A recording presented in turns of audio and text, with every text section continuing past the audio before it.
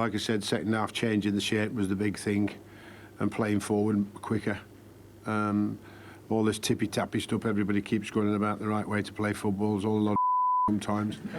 So getting the ball in the opposition's box as quickly as you can with quality and getting it forward and in behind the opposition is definitely sometimes the best way forward, and that's what we did in the second half, and that's why we won the game. I think we need to look at Big Sam as how well of a job that he did at Bolton, and not just being that 4-4-2 narrow deep block really boring to watch. At Bolton, this was absolutely not the case, and in today's video we're going to just kind of highlight the great job that he did at Bolton, what happened after he left as well at Bolton, because it was pretty much downhill.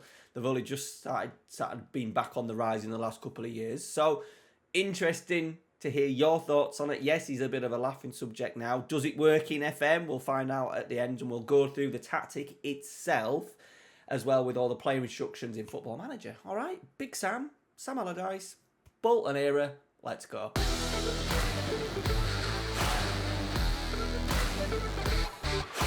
First of all, his first full season in charge, he finished third in the Championship, what was then called the Championship, probably called Division 1 at that time. Won in the playoffs to get in through to the Premier League, and their first season in the Premier League, they finished 16th when they were heavily predicted to finish bottom. The season after then, they did struggle a little bit, finishing 17th, only 2 points above the drop, but 44 points. God, that will get you nowhere near the drop zone at the moment, 44 points. And then it just started to change a little bit. So as you could see, 8th place, only 3 points off 5th place Newcastle. Then a 6th place finish, finishing higher than Manchester City and Tottenham Hotspur. Newcastle down there as well. Big clubs. Joint on points as well with Liverpool, so potentially could have even been Champions League. 3 points. 3 points off Everton, who finished 4th. I think Liverpool got into the Champions League that year because they won the Champions League season before, if I'm right. And then up and around it again, an 8th place finish and a 7th place finish the season after with European football again. Now, that was his final season at charge. I think he didn't take over the club. I think he left the club like a couple of games before the end of the season. And then the season after, as you can see, finishing 16th, their lowest points total since being back in the Premier League with 37, only 1 point above the relegation zone. You know, it's important to see that they scored goals. Leading goal scorer, they've had some fantastic players. Look at these players. Michael Ricketts helped them get out of the Championship as well.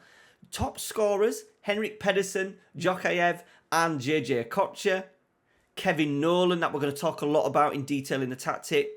El Hadj Diouf, Kevin Davies, Henrik Pedersen, Giannakopoulos, Kevin Nolan, Nicolas Anelka. And then that's not even mentioning players like Herrera, Campo, Bruno Ngotti. Let me know there was some Nakata played there for a bit. Let me know. Iconic Bolton players that we've not spoke about. Let me know down in the comments. So how did he set up? Now, I think it's important to know, with all those players like your Anelkas, your Djokayevs, your Okochas, even your Kevin Nolans, your wingers, your strikers that you had, that they had to be a little bit of a flair. So the main things we're going to look at today are this role here.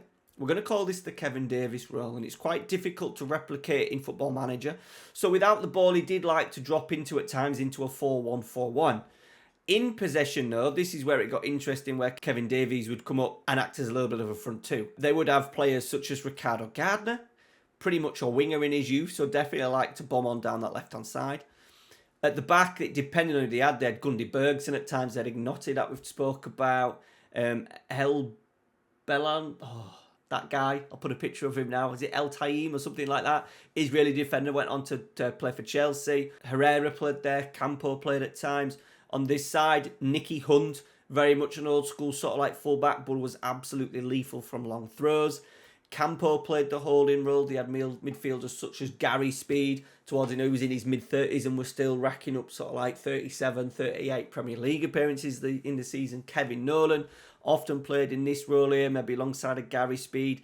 This one here we're going to use a lot is sort of like the JJ Okocha role, a little bit of a playmaker. And then on this left-hand side, this is where they had their flair, and El Hadj Diouf, Ricardo Vazte, Yuri Djokayev, Giannakopoulos all played on this left-hand side and liked to cut in. And then that allowed that Ricardo Gardner, even Simon Charlton was very good in these areas, good from set pieces, good from deliveries, but good in wide areas, because obviously you had that threat of sometimes a big striker. You know, Nicolas Anelka good in the air. Henrik Pedersen was tremendous in the air. They would often sometimes go as well with Kevin Davis as the out-and-out man, and then they would have Kevin Nolan as a little bit of a shadow striker, really good at arriving into the box superbly late. And then this role here, so the Kevin Davies kind of role, as we said, joins up to work in this area in possession, sometimes a long ball into the striker, so then he could flick on and hold it up. But at the same time, out of possession, he would drop back in. Now, that's going to be really hard to replicate in the game. Now, you're probably automatically thinking, why target forward? And that's absolutely not the case. And when we get into the FM save itself, I'll show you why that's not the case. So we need someone who can link up there. And then we need someone who can drop back in to make a 4-1-4 out of possession. Didn't play extremely deep. There's loads of highlights. If you just put Bolton Wanderers and then put like 2005 or something in, there's loads of highlights, loads of sort of like match of the day clips and stuff of how they played. Yet they played direct. It wasn't constantly long ball. You know, when you've got players like JJ Kocher, you know, Ivan Campo, they like to play through. It wasn't pretty patterns like you would see nowadays, and most of the teams didn't have it. It was, you know, if teams dropped off a little bit more, can we play through? So Campo would like to play through and obviously played with JJ Kocher, would like to go on those runs. Can we get the ball out wide? They obviously had extreme quality on the left-hand side with that wing back in maybe a Gardner, and then the sort of like the Zhokayevs, the El Hadj Dioufs as well, all played out on this left-hand side at times. Jan Okopoulos had a fantastic couple of seasons where he scored a lot of goals. So with that, you know, it's not all about going direct. Yes, they would be classed as a direct team now. It wasn't sitting in, no. It wasn't banking in here in a 4-5-1. Yes, they maybe did it in the bigger games against the Arsenals and Manchester United at times, but in particular at home, they definitely got after teams, were aggressive in like a mid-block press and allowed space in behind at times and made sure that they didn't sit too deep. Also, Allardyce likes to say he doesn't believe in these cute little build-up patterns. He likes to move the ball forward. He likes to get the ball in the final third as quickly as possible. That's pretty much what it is. Can we play in their final third? Sorry, in their defensive third, our final third. How are we going to do that in FM? Let's go find out. All right, so I've started a little Bolton save, and as you can see, we've started the season tremendously well. 4 wins, 1 draw, no defeat, 12 goals scored, and only 2 conceded. We were also unlucky in the EFL League Cup. We should have actually beaten them, Hull City, based on the chances. They only had 3 shots, 2 on target with an XG of 0.86, which was a penalty. So, extremely good start to the season. I was a little bit worried when we got beat 8-1 via Aston Villa, but we were down to 10 men for pretty much 70-odd minutes. And just with the tactic itself, with this offset striker that we're going to talk about, I was worried a little bit of how it would work, but it's worked tremendously well. We started the season with a tremendous 4-0 win over Exeter. This is Dion Charles. He's sort of like playing as our Nicholas Anelka out-and-out striker. Second half grew. You know, this is the Okocha role, Anfield playing that. There is my Kevin Davies. Look at that goal. In particular, though, just going to stop it there. Tremendous finish, by the way. Lovely quick breaks. Finding Okocha in a nice little bit of... We're going to call him Okocha. Find him a nice little bit of space. But the thing I actually want to show you is our out of possession. So right now, there you can see there's our Kevin Davies. And what they tend to try and do is, wanted to do is him to try and fill that right midfield slot. And look at the movement he does. And there we go. And now we've pretty much got a 4-1-4-1 out of possession. How have we done that? Can you see? He's just floating around. It's not perfect, but it's not bad. All right, so I'll show you how we've managed to get that in. And then look, this is just a counter-attack into the central midfield, which would have been Nolan, into a Kocher, into then the striker that comes from that right-hand side. And then he gets into really good pockets with the little offset roll we've got. Penalty spot to make it 3-0. That was sort of like the advance forward again. And then set pieces, absolutely vital. It is clicked on, just so you know. We have done very well from set pieces. Best performance so far of the season has been a 3-0 win over Huddersfield Town away from home. I'll show you the match stats as well at the end. There's our left wing back getting really far into the box, driving forward. That was the left winger eventually scoring. And then set pieces once again. Santos, our Bruno Ngotti, scoring from the back post. And as you can see, Huddersfield, 59% possession, but look at that XG and chances. 23 created, 9 on target. They only had 7 and 2, so we are playing extremely well. And then the win against Shrewsbury, once again, set pieces, absolutely vital. You're going to have to make sure that you have some big physical players. I think if you want to do in a big Sam tactic, you're really going to have to get your quality of players. It's that mixture of power and energy alongside that little bit of flair that you can probably pick up on a free transfer. There's Jean Jules, a signing that we made in the summer just to give us an extra option from the target man forward. Collins shooting from the edge of the area, the Yuri Jokayev role. Now, the tactic is right here and is available for you patrons. Link down in the description if you want to support the channel. There is so much content coming over the next few weeks and months as we build up to FM25. I've got a whole host of new tactic videos to come in as we're looking through iconic tactics from the pre-1920s, literally 1920s. WM formations through the 50s, the 60s, the 70s, the 80s, the 90s as well. Any suggestions, I'd appreciate it. But if you want these files directly into your FM saves, then please check out the Patreon. £3 a month supports the channel. That would be awesome. All right, this is how we've put it together. Big Sam's Bolton. So, 4-3-3, or kind of a 4, whatever you want to call it, 4-4-2, I don't know what we call it. Big Sam's Bolton. Goalkeeper, no player instructions, just goalkeeper on defend. Now, the Nicky Hunt role, the fullback role, we've just got him as a bog standard fullback. We need to give us a little bit of width down this side, in particular because we're expecting that Kevin Davies role to come in a little bit narrower. So very important that he gives us a little bit of width, but the idea is that it's really this left-hand side that we get most of our attacking play from. 2 central defenders on defend. You could maybe go no nonsense, but players like Herrera and Campo did like to play a little bit. So by all means change that. No player instructions on them. Wing back on support is the kind of the Ricardo Gardner role. We really want to get him round here, especially with players like Diouf, Djokayev and Giannakopoulos like to come in onto that right foot. So it's important that we have a little bit of support with the wing back on that side. Ricardo Gardner would do that role superbly well. This one is kind of the Ivan Campo role. He was a really good technical footballer. Obviously an absolute ball winner, great protector. There's a couple of roles. I think DLP's a little bit too much because he wasn't the one to be sort of like spraying passes around. It wasn't so much that.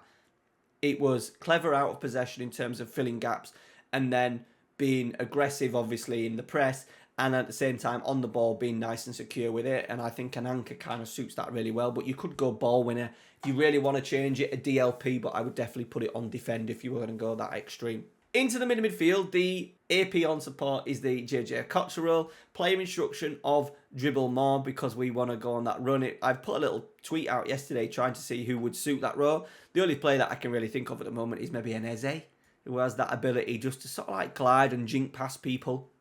So an AP on support for him. Box-to-box midfielder, the Kevin Nolan role. That would be box-to-box midfielder with the instruction of get further forward for him. So good at arriving in the penalty area.